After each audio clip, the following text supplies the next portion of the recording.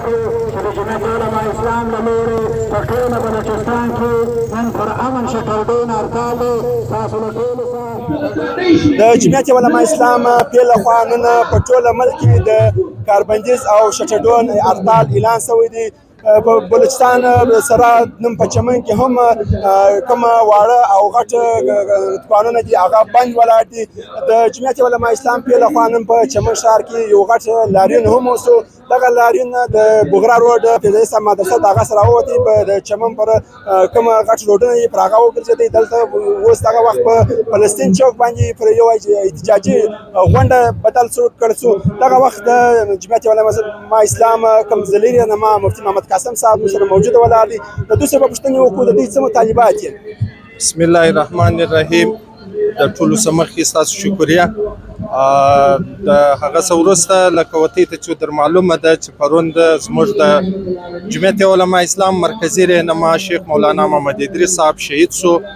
نو د نااهله حکمرانانو چې د هغه هیڅ تحفظ نه وکړي، نو په دغه عنوان باندې چې زموږ علما کرام پر ټارګټ باندې دي شهیدان کیږي.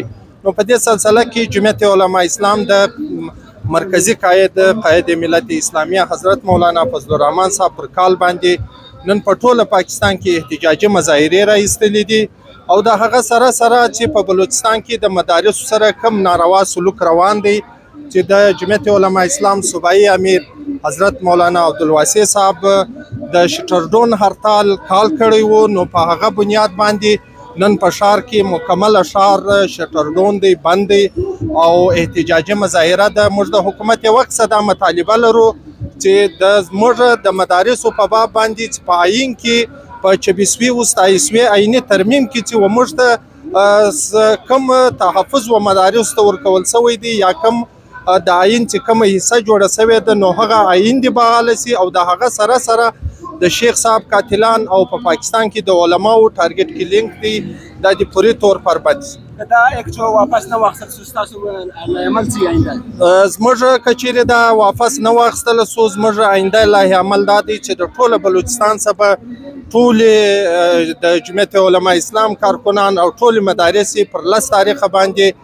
دا د کوټې روخ کوي چې هلته به کوټه مکمل طور پر بندوي او الته چې دی بیا به بل لایحه عمل چې دی هغه ته لکه څنګه ستاسو د ذلیل رهنما مفتي محمد قاسم وینا واورېده. دوی وویل چې تېره ورځ د شیخ محمد ادریس صاحب کوم شهید شو د هغه قاتلان دي باید چې حکومت فوري طور ګرفتاره کړي، او بل کوم په صوبایي اسمبلي کې چې کوم مدارس اکټ رجسټریشن کوم بیل پاس شوی دی هغه دې واپس واخیستل شي.